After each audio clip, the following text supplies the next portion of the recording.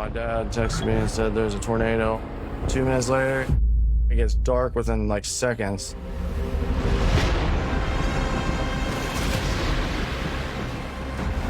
I'll never forget that noise that made it. It was like so loud. It was a monster, and it was catching up to us. Where do we go? Oh my God. Come on, come on! The tornado was like right there, pretty much about to touch us.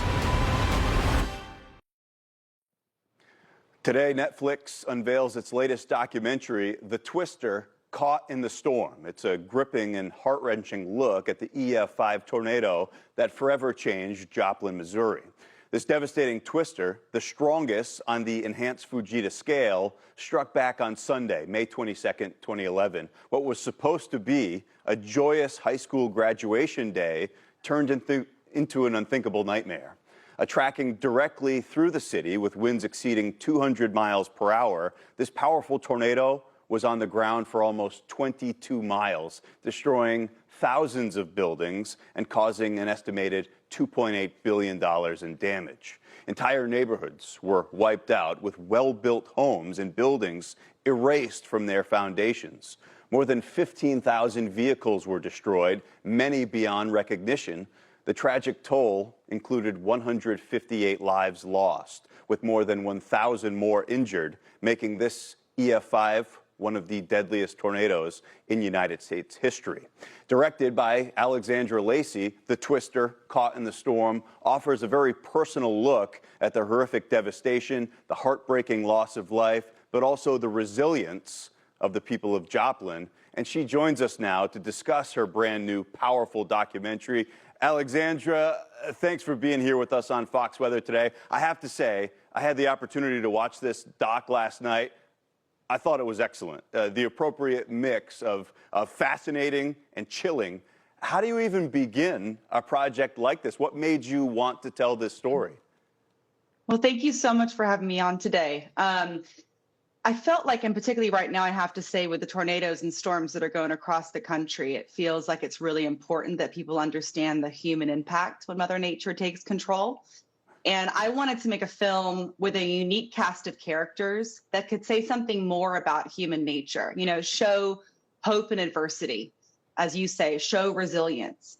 And as we all know, you know, the incredible story also involves Joplin rebuilding and transforming in some way. And so when we found out that the high school graduation took place on that day, this felt significant because anybody in the world, even if you don't live in a place where you get tornadoes, you can relate if you're old enough to being a teenager and trying to find your place in this world as a grown-up. And so imagining if you were in a situation like that as a teenager or a young person, how would that change you as a grown-up? And that felt like the kind of film we should make, a relatable, a coming-of-age story that anybody can relate to so they could really empathize and try to understand what it must have been like for the folks there in Joplin, and particularly for the young folks that are in our film.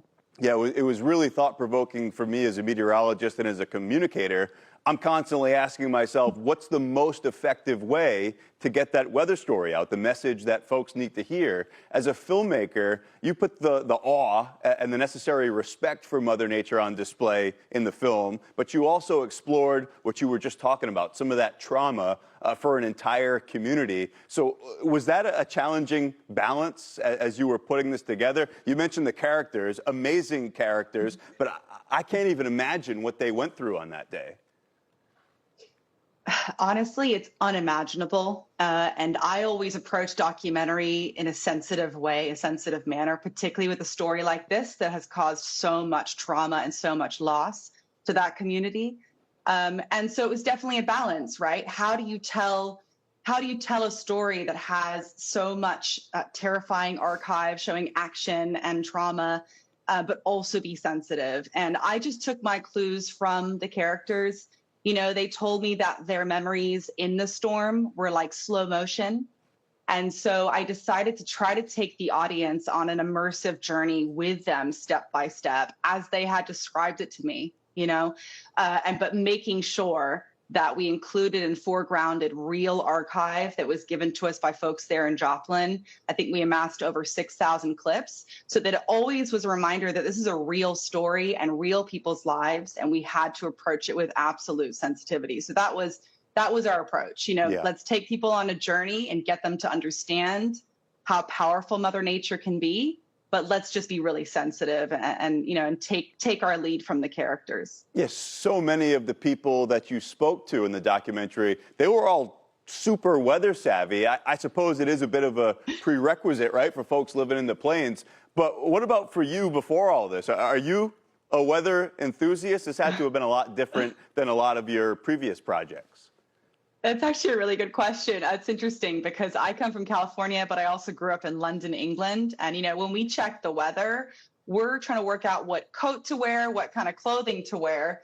And what I noticed when I was there in Joplin is every single person in town is their own meteorologist. And they look to folks like you. You're almost their celebrities, their stars. They're checking what you have to say every single day because it's a matter of life or death. And that really struck me, actually, the difference in how important meteorology is. And of course, we managed to find ourselves a teenage kidcaster, Chad. And I was really happy to find him. Doug Heady at KOAM connected us. And it was great to find ourselves a real weather geek for the film. Yeah. That part of the story was wild. I mean, it's someone that did weather internships long ago. I can't imagine the first day of it going like that experience that he flew in for. You did dedicate this documentary to those that were lost on that terrible day, and you had just pointed it out, the timing of the documentary's release. It's especially poignant with, we've got some severe weather around today, yes, but what just played out this past weekend. In this business, oftentimes seeing is believing.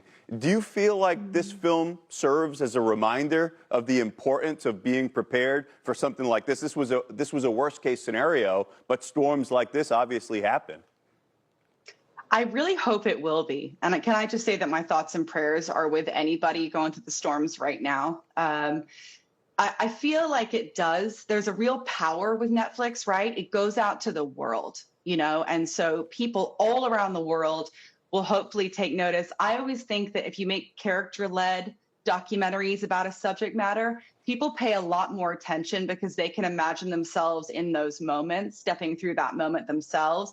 Films with lots of science and stats, sometimes people switch off, And so we wanted to make a film that would get people to really put themselves in the shoes of those contributors. And I really hope that people would tune in and they'll see that it's about more than just the action in the storm. It's about heart, it's about resilience, about hope and adversity, and it's about community. It really is. It is. It's a people story, and what an amazing community that is. And it's very obvious, shining through some of the characters that you introduced us to. Alexandra, this is a very difficult story to tell. You and your team did a beautiful job. So congratulations on the new release.